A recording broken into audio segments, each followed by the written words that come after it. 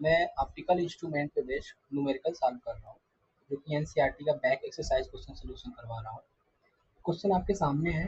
A small telescope has an objective lens of focal length 140 centimetre and eyepiece of focal length 5 centimeter. What is the magnifying power of telescope for viewing distant object? Distant object when telescope is in normal adjustment. और हमने बता रखा है आपको normal adjustment का मतलब क्या होता है बच्चा, जब फाइनल इमेज कहाँ बन रहा हो, इन्फिनिटी में बन रहा हो, ठीक है। एंड बी पार्ट में पूछ रहा है final image found at least distance of distinct region 25 centimetre, यानी क्या है बच्चा, नियर पॉइंट के लिए पूछ रहा है, ठीक है। ये रिलैक्स साइज के लिए पूछ रहा है, ये नियर पॉइंट के लिए पूछ रहा है, ठीक है। तो इसमें क्या क्या दिया है पहले इसके बारे में लिख लेते हैं। पार्ट ए के लिए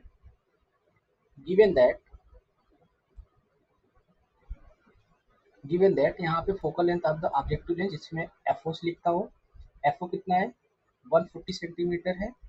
और eyepiece of focal length, eyepiece बोले तो आई लेंस, कितना दिया हुआ यहाँ पे, एफ ई, कितना दिया है, 5 सेंटीमीटर। कितना यहाँ पर 5 सेंटीमीटर है। What is the magnifying power telescope for the viewing distance. तो पार्ट ए में नॉर्मल एडजस्टमेंट के लिए फाइनल इमेज एट इन्फिनिटी, तो उसके लिए मैग्नीफाइंग पावर क्या होता है, M equal to minus F O upon F E. देखो माइनस साइन यहाँ पे सिर्फ इसलिए लगता है कि बस जो फाइनल इमेज बनता है कैसे बनता है, इन्वर्टेड बनता है, ठीक है। तो यहाँ पे अगर माड भी लिख दोगे आप, कोई समस्या नहीं है, ठीक है। तो अभी मैं ऐसे लेके चल रहा हूँ। तो एफ ओ कितना दिया बच्चे, यहाँ पर 140 दिया है, और एफ ई कितना दिया है, 5 सेंटीमीटर दिया है। इसको कट करोगे 5 टू 10 5 8 इतना, तो हो जाएगा -28 इतना। तो m बराबर आपको क्या मिल गया, -28। तो माइनस साइन बस इतना बता रहा बच्चा, जो फाइनल इमेज है, वो कैसा बन रहा है, इन्वर्टेड बन रहा है। तो इसको मैं सिंप्लीफाई ऐसे करके भी लिख सकता हूँ 28। ये फर्स्ट पार्ट का आंसर है। किस पार्ट का, फर्स्ट पार्ट का आंसर है, ठीक है।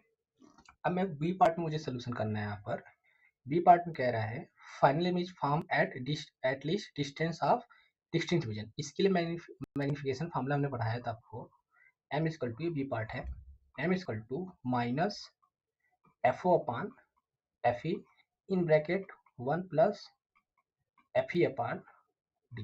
देखो यहाँ पे कंफ्यूजन मत करना आप, जब आपका माइक्रोस्कोप होता है तो उसके इस केस में ऐसे लिखा जाता है, ये चीज ब्रैकेट वाला टर्म्स, डी ऊपर रहता है और एफ ई नीचे रहता है। बाकी इसमें टेलीस्कोप में क्या होता है, जिसका एफ ई ऊपर रहेगा बच्चा, डी नीचे रहेगा, ठीक है। कंफ्यूजन नहीं होना चाहिए, एक याद रखना, दूसरा उसका इन्वर्स करके याद रखना बस। अब देखो यहाँ पर at distance of distinct vision कितना लिया जाता है, डी इक्वल टू 25 सेंटीमीटर लिया जाता है, ठीक है। और देखो एफ ओ अपान एफ ई हमने निकाला है, कितना है, 28 है।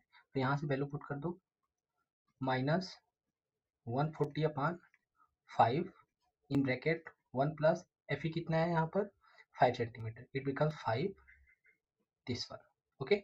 जब इसको मैं सॉल्व करूंगा तो ये तो अभी कट करके आया था, अभी निकाला था मैंने 28, इट बिकम्स -28, 1 प्लस 5, 5 जा 25, ये हो जाएगा 1 अपान 5। जब इसको मैं सॉल्व करूंगा तो ये आ जाएगा बच्चा 5 6 बटा 5, 6/5, ठीक है। अब देखो यहाँ से अगर इसको मल्टीप्लाई कर दूं कितना आएगा, 8 छंग 48, 4 कैरी हो जाएगा, 6 12 4 16 माइनस का, तो इसको डिवाइड करने पर मुझे आएगा 5 3 15, एक आएगा, फिर 3 आ जाएगा बच्चा, 5 3 15, 5 6 30, तो कितना आ जाएगा, -33.6 मैग्निफिकेशन आ जाएगा। कितना आ जाएगा बच्चा, एम। तो मैंने बताया था माइनस साइन बस इतना बता रहा है, चाहे वो नॉर्मल एडजस्टमेंट की बात करेगा, चाहे वो नियर पॉइंट की बात करेगा, दोनों केस में जो फाइनल इमेज बनता है कैसे बच्चा बनता है, इन्वर्टेड बनता है with respect to object.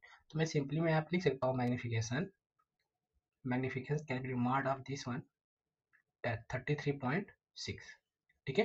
This is the complete solution of the question number 9.34। अभी इसका एक पार्ट और है, इसके नेक्स्ट वीडियो में डिस्कस करूंगा, तो इसमें 5 पार्ट करके इस क्वेश्चन पूछा हुआ है, ठीक है। तो मिलते हैं इसका नेक्स्ट पार्ट सॉल्व करने के लिए नेक्स्ट वीडियो में। Thank you.